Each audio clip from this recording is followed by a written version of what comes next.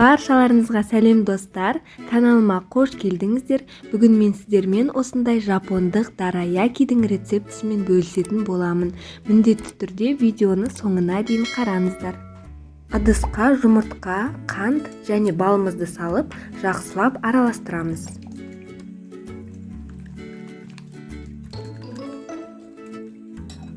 Кейін ұнымыздың жарты бөлігін електен өткізіп салып, қобызытқышымызды салып, тағы да араластырамыз.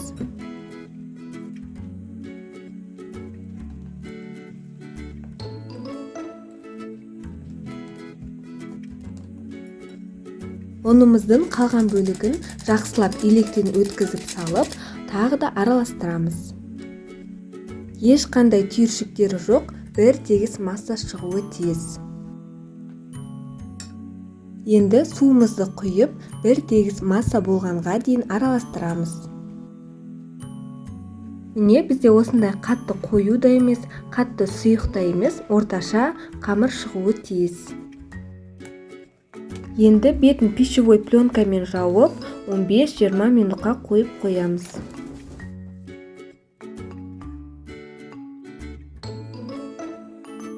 Орташа отта қызып тұрған табамызға қамырымызды құямыз. Көріп тұрғандарыңыздай бетінде осындай тесіктер пайда бола бастаған кезде екінші бетіне аударамыз. Екінші жағы біріншісіне қарағанда тез піседі. Барлық қамырымызды осылай дайындап шығамыз.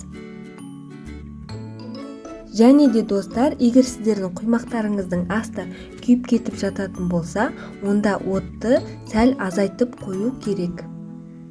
Осылай қасықтың көмегімен ортаңғы жағына қарай құя отырып, домалақ пішінге келтіреміз. Кейін екінші жақ бетіне ауыстырып, екінші жақ беті дайын болған кезде аламыз. Енді құймақтарымыздың көлемі жағынан бір-біріне сәйкес келетіндей етіп жұптап аламыз. Және де достар, видеода көріп тұрғандарыңыздай, құймақтарымыздың ішкі жағында осындай артық қамырлар болса, қайшының көмегімен қиып тастауға кеңес беремін. Сол кезде құймақтар бір-біріне жақсы жабысатын болады.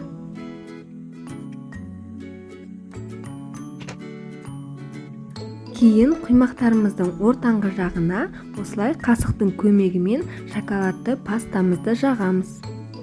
Салмасына шоколадты пастадан бөлек кез келген өзіңізге ұнаған джемді де салсаңыздар болады. Кейін видеода көрсетілгендей етіп, қолымыздың көмегімен осылай баса отырып, барлық шеттерін жабыстырып шығамыз. Міне бізде осындай әдемі, сүйкімді дараякилер шығады. Басқа құймақтарымызды да дәл осылай жасап шығамыз.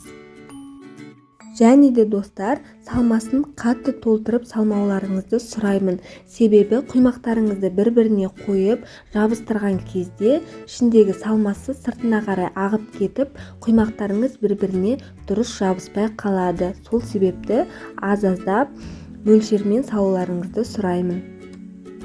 Міне достар, жапондық дараякилер дайын болды. Дәмі өте керемет болып шығады, жұмсақ, сондай нәзік болып шығады. Міндетті түрде жасап көріңіздер. Бұл видео сіздерге пайдалы болды деген үміттемін. Сау болыңыздар.